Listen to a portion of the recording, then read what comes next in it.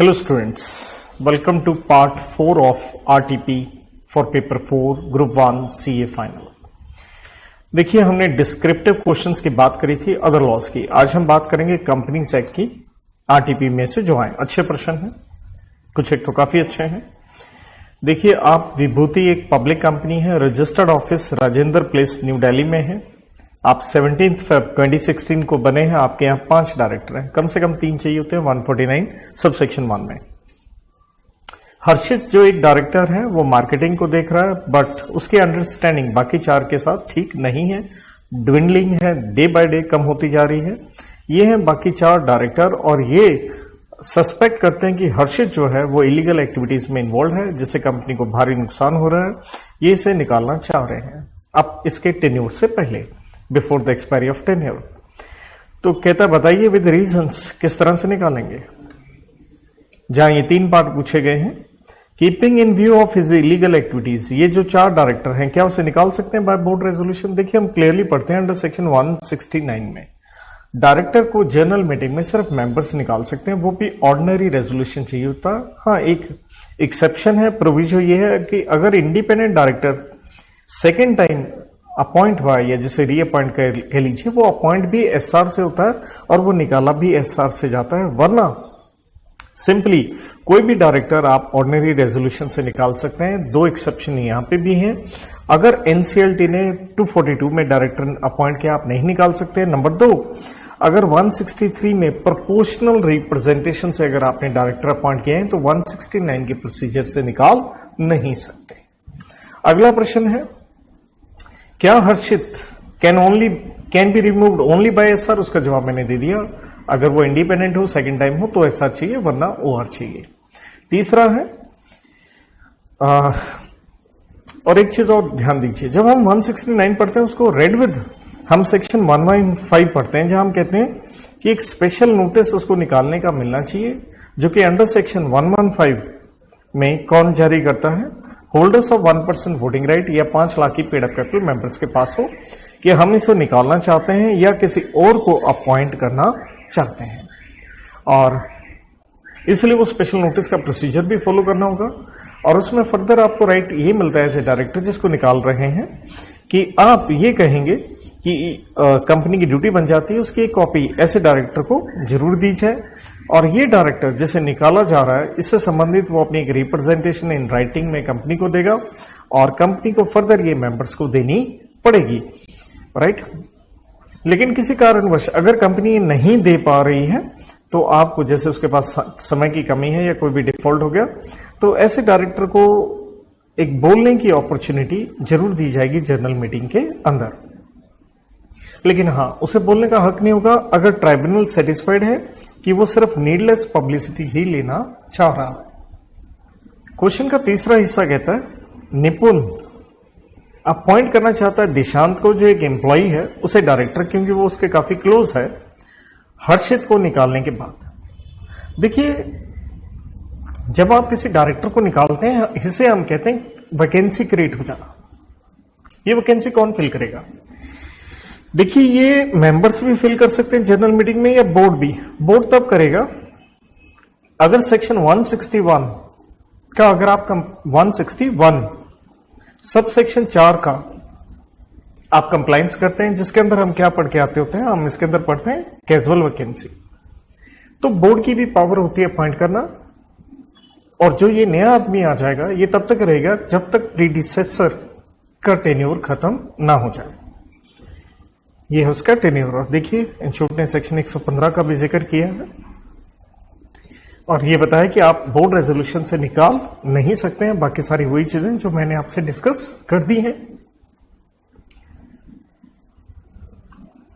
अगला प्रश्न भी इंपॉर्टेंट है, फॉरेन कंपनी के ऊपर है।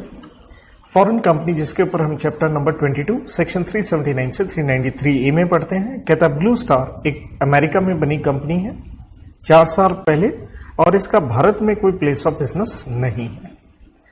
कंपनी ने कुछ एक ये कॉन्ट्रैक्ट सेंटर किए हैं। तो बताया गया है कि कुछ कॉन्ट्रैक्ट्स उन्होंने ऑर्डिनरी कोर्स में एंटर किए हैं और कुछ ऑर्डिनरी कोर्स में नहीं है, जिसे हम कहते हैं मटेरियल कॉन्ट्रैक्ट्स। और ये आपको 4 साल का यहाँ पे डेटा दिया गया है इन कॉन्ट्रैक्ट से डिटेल से रिलेटेड, कितने हैं ये कॉन्ट्रैक्ट। कहते हैं इसके अलावा एक कॉन्ट्रैक्ट और किया गया है, यह है मैनेजर को अपॉइंट करने का।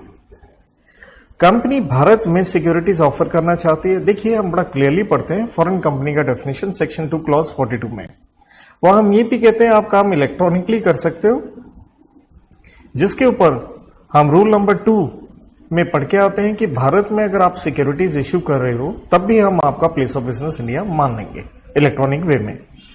तो कहता है for that purpose secretary of the company Mr Barry Christian, उन्होंने एक प्रोस्पेक्टस तैयार किया, उसके साथ डॉक्यूमेंट्स भी उन्होंने अटैच किए हैं और रजिस्टर करवा दिए हैं। और कहते हैं कि एक्सपर्ट की कंसेंट एक सेपरेट स्टेटमेंट से जारी होती है, लेकिन उसका रेफरेंस पक्का दिया गया है प्रोस्पेक्टस के अंदर। That is a very important part, इसलिए क्वेश्चन अच्छा है।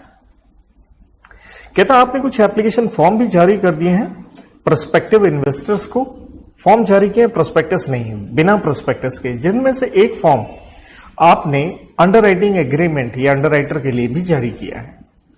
अब आपसे पूछा गया है whether the expert statement can be considered as included in prospectus. Question में हमने क्या देखा कि उनकी एक अलग से रिपोर्ट या स्टेटमेंट गई है लेकिन प्रोस्पेक्टस में लिखा है, लेकिन हम यही क्लियरली पढ़ के आते हैं सेक्शन 388 में क्लॉज नंबर 2 के अंदर कि हम मान लेंगे कोई भी स्टेटमेंट प्रोस्पेक्टस के अंदर है अगर आपने प्रोस्पेक्टस के अंदर उसके बारे में कोई भी जिक्र किया है तो माना जाएगा। अगला प्रश्न है कॉपी ऑफ कॉन्ट्रैक्ट्स जो हमें प्रोस्पेक्टस के साथ लगानी होती है। देखिए यहाँ पे रूल नंबर 11 में नॉर्मली क्लास में मैं कोड की करवाता हूं यूपी कैम, राइट। 5 पॉइंट होते हैं जो डॉक्यूमेंट आपको लगाने होते हैं। तो एक है जैसे हमने देखा एमडी या मैनेजर की अपॉइंटमेंट अगर होती है तो उसकी कॉपी का कॉन्ट्रैक्ट, क्योंकि यहां क्वेश्चन में लिखा था मैनेजर अपॉइंट किया गया है। साथ में हम पढ़ते हैं कंपनी के मटेरियल कॉन्ट्रैक्ट जो हुए हैं जो ऑर्डिनरी बिजनेस में नहीं है पिछले 2 साल में, पिछले 2 साल। तो ध्यान दीजिए यहां पे आपको 4 साल का डेटा है तो पिछले 2 साल ये हो गए, राइट। तो मटेरियल कॉन्ट्रैक्ट हो गए 3 + 4 7, एक मैनेजर का कॉन्ट्रैक्ट हो गया, तो दैट मीन्स 8 कॉपीज ये कॉन्ट्रैक्ट की आपको प्रोस्पेक्टस के साथ लगा के देनी है। क्वेश्चन का तीसरा हिस्सा, क्या ये वैलिड होगा? कंपनी के बिहाफ पे की एप्लीकेशन फॉर्म जारी कर दे बिना प्रोस्पेक्टस के?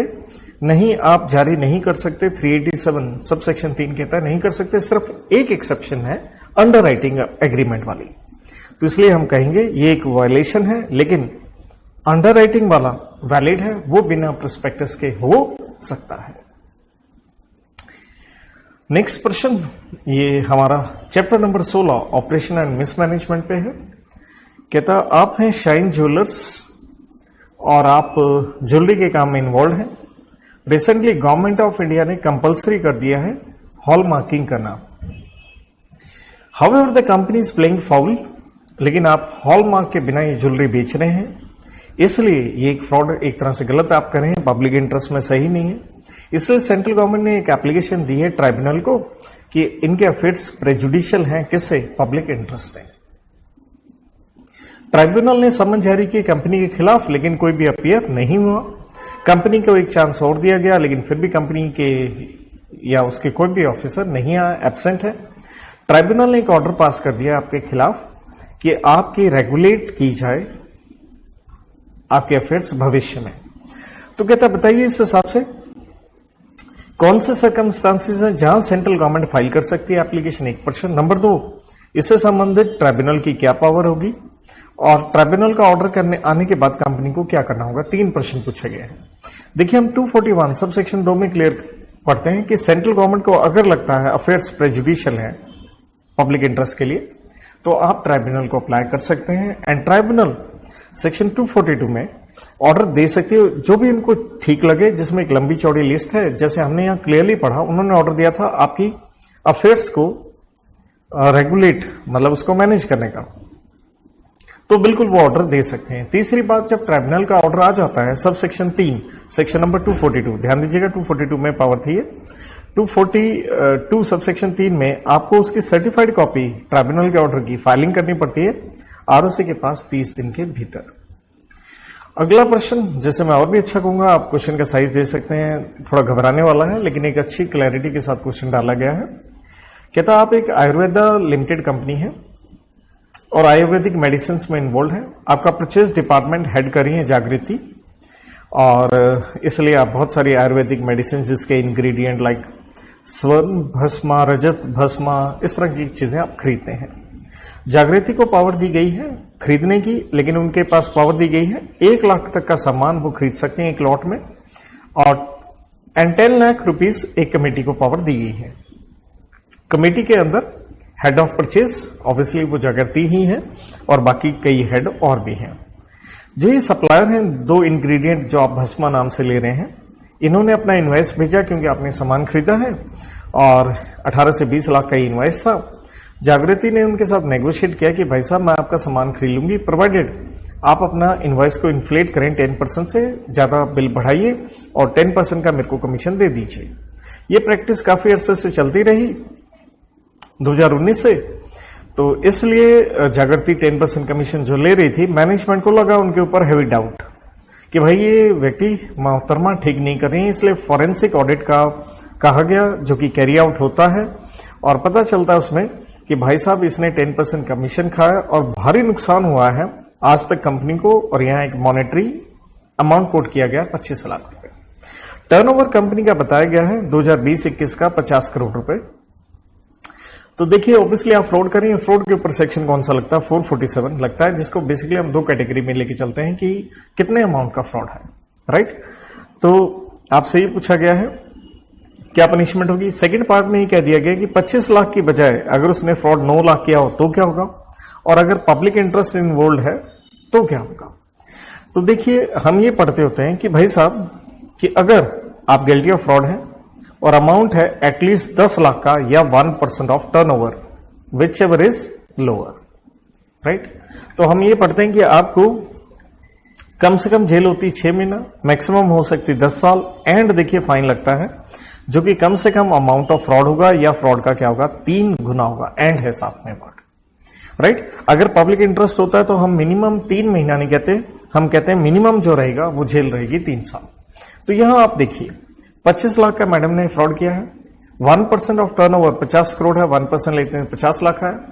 तो हम यही कह रहे थे फ्रॉड किया है एटलीस्ट आपने कितने का 10 लाख का, इसने 25 लाख का किया तो 10 लाख वाली लिमिट में हम आ गए, और 1% of turnover which ever is less हम पढ़ते हैं, जिसका मतलब हो गया 25 लाख, राइट। तो हम उस लिमिट में आ गए। तो कम से कम 6 महीना, मैक्सिमम 10 साल, एंड फाइन लगेगा अमाउंट ऑफ फ्रॉड या उसका 3 गुना 75 लाख लग सकता है। सेकेंड पार्ट में उसने क्या कहा था, मान लीजिए अगर फ्रॉड का अमाउंट है 9 लाख रुपए, राइट, तो क्या होगा। तो हम ये भी पढ़ते हैं कि अगर फ्रॉड हुआ है लेस देन 10 लाख, ये वाली लिमिट लगी, और 1% of turnover which ever is less, तो 1% ऑफ टर्नओवर देखिए फिर से वही 50 लाख रहेगा, विच एवर इज लेस क्या है 9 लाख। तो हम इस कैटेगरी में पढ़ते हैं कि जेल हो सकती है आपको मैक्सिमम, या मिनिमम नहीं है, मैक्स 5 साल है, लेकिन बच सकते हैं आप, फाइन लग सकता है 50 लाख और बोथ, क्योंकि वो दूसरी लिमिट में जेल पक्का था।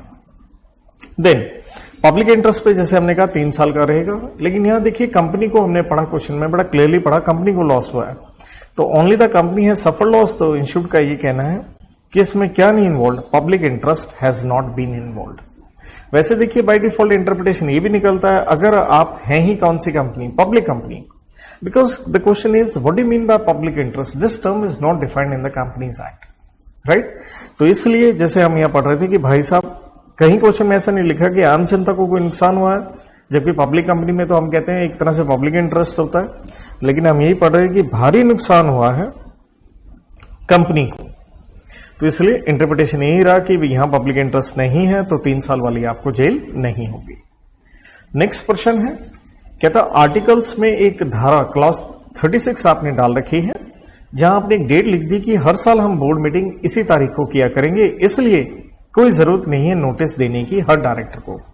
तो नोटिस ऑफ कहता मीटिंग तभी अगर हम देंगे अगर उस तारीख जो आर्टिकल में लिखा है उस दिन मीटिंग ना कर रहे हो, लेकिन एक डायरेक्टर को लगता है कि नोटिस देना मैंडेटरी है, वरना ये वायलेशन होगा कंपनीज एक्ट का, और इस डायरेक्टर का जैसे नाम है राघव, तो कहता बताइए सही कह रहे हैं, ये सही कह रहे हैं, क्योंकि हम 173 में पढ़ते हैं सबसेक्शन 3 में कि नोटिस देना होता है कम से कम आपने 7 दिन का हर डायरेक्टर को देना होता है उसके रजिस्टर्ड एड्रेस पे देना होता है, नहीं तो जो ऑफिसर है कंपनी का उसके ऊपर देखिए 25,000 तक का क्या लग जाएगा, फाइन लग जाएगा, जिसने ये नहीं दिया है।